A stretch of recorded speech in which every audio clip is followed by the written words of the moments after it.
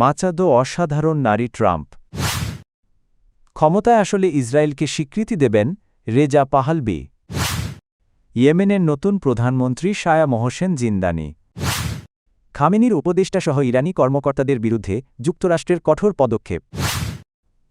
যুক্তরাষ্ট্রের অভিবাসন ভিসা স্থগিত, যেসব সমস্যায় পড়বেন বাংলাদেশিরা।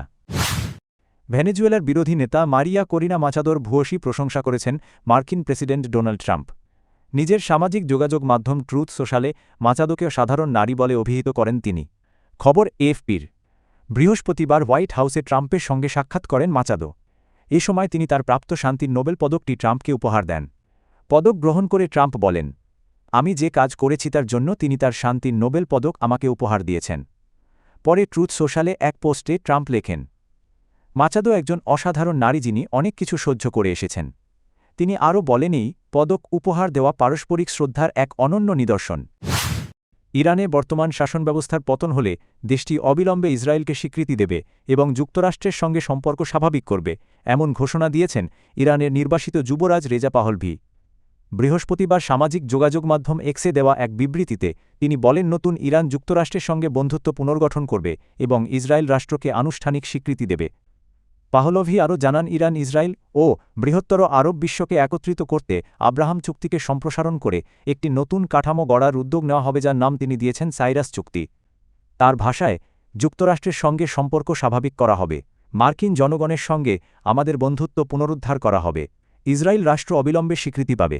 আমরা আব্রাহাম চুক্তিকে সাইরাস চুক্তিতে রূপ দিতে কাজ করব, যা একটি স্বাধীন ইরান ইসরায়েল ও আরব বিশ্বকে একত্রিত করবে। ইয়েমেনে প্রধানমন্ত্রী পদে পরিবর্তন এসেছে। সালেম বিন ব্রেইকের পদত্যাগের পর নতুন প্রধানমন্ত্রী হিসেবে নিয়োগ পেয়েছেন শায়া মোহসেন জিন্দানি। দায়িত্ব পাওয়ার আগে তিনি ইয়েমেনের পররাষ্ট্রমন্ত্রীর দায়িত্ব পালন করছিলেন। খবর রয়টার্সের।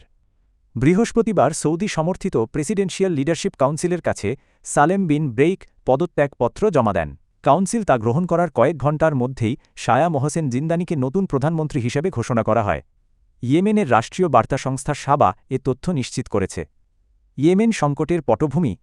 উল্লেখ্য, ২০১৪ সালে ইরান সমর্থিত হুথি বিদ্রোহীরা রাজধানী সানা দখল করলে তৎকালীন প্রেসিডেন্ট আব্দুর রাব্বু মনসুর আল হাদি সৌদি আরবে আশ্রয় নেন।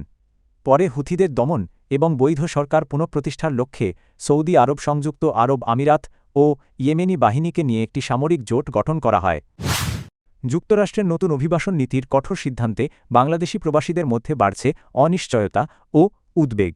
দীর্ঘদিন ধরে যারা পরিবারের সদস্যদের যুক্তরাষ্ট্রে নেওয়ার অপেক্ষায় ছিলেন, তাদের সেই স্বপ্ন আপাতত অনিশ্চিত হয়ে পড়েছে। খবর বিবিসি বাংলার। যুক্তরাষ্ট্রে বসবাসরত বহু বাংলাদেশির ব্যক্তিগত ও পারিবারিক পরিকল্পনা বর্তমানে স্থবির হয়ে গেছে। কবে পরিস্থিতি স্বাভাবিক হবে সে বিষয়ে কোনো নির্দিষ্ট সময়সীমা না থাকায় প্রবাসীদের মধ্যে তীব্র মানসিক চাপ তৈরি হয়েছে। এমনকি যারা বৈধভাবে গ্রিন কার্ড বা মার্কিন নাগরিকত্ব পেয়েছেন তাদের মাঝেও উদ্বেগ দেখা দিয়েছে, কারণ ট্রাম্প প্রশাসন পুরনো গ্রিন কার্ড ও নাগরিকত্বের কিছু নথি পুনর্মূল্যায়নের ঘোষণা দিয়েছে। ইরানের সরকার বিরোধী বিক্ষোভ দমনের অভিযোগে দেশটির সর্বোচ্চ নেতা আয়াতুল্লাহ আলী খামেনির ঘনিষ্ঠ উপদেষ্টাসহ কয়েকজন শীর্ষ কর্মকর্তার ওপর নতুন নিষেধাজ্ঞা আরোপ করেছে যুক্তরাষ্ট্র। প্রেসিডেন্ট ডোনাল্ড ট্রাম্পের সামরিক হস্তক্ষেপের হুমকির মধ্যেই এই পদক্ষেপ নেওয়া হয়েছে। আল জাজিরার প্রতিবেদনে বলা হয়েছে, যুক্তরাষ্ট্রের অর্থ মন্ত্রণালয় জানিয়েছে, নিষেধাজ্ঞার তালিকায় রয়েছেন ইরানের সুপ্রিম ন্যাশনাল সিকিউরিটি কাউন্সিলের সেক্রেটারি আলী লারিজানি সহ রাজনৈতিক ও নিরাপত্তা খাতের কয়েকজন উচ্চপদস্থ কর্মকর্তা। ওয়াশিংটনের দাবি তারাই বিক্ষোভকারীদের বিরুদ্ধে কঠোর দমন অভিযানের মূল পরিকল্পনাকারী। মার্কিন ট্রেজারি সেক্রেটারি স্কট বেসেন্ট এক বিবৃতিতে বলেন, স্বাধীনতা ও ন্যায়ের দাবিতে ইরানি জনগণের পাশে যুক্তরাষ্ট্র দৃঢ়ভাবে দাঁড়িয়ে আছে। প্রেসিডেন্ট ট্রাম্পের নির্দেশে দমন অভিযানে জড়িত নেতাদের বিরুদ্ধে নিষেধাজ্ঞা দেওয়া হচ্ছে। নিষেধাজ্ঞার ফলে সংশ্লিষ্ট ব্যক্তিদের যুক্তরাষ্ট্রে থাকা সম্পদ জব্দ হবে এবং মার্কিন নাগরিকদের জন্য তাদের সঙ্গে যে কোনো আর্থিক লেনদেন নিষিদ্ধ হবে।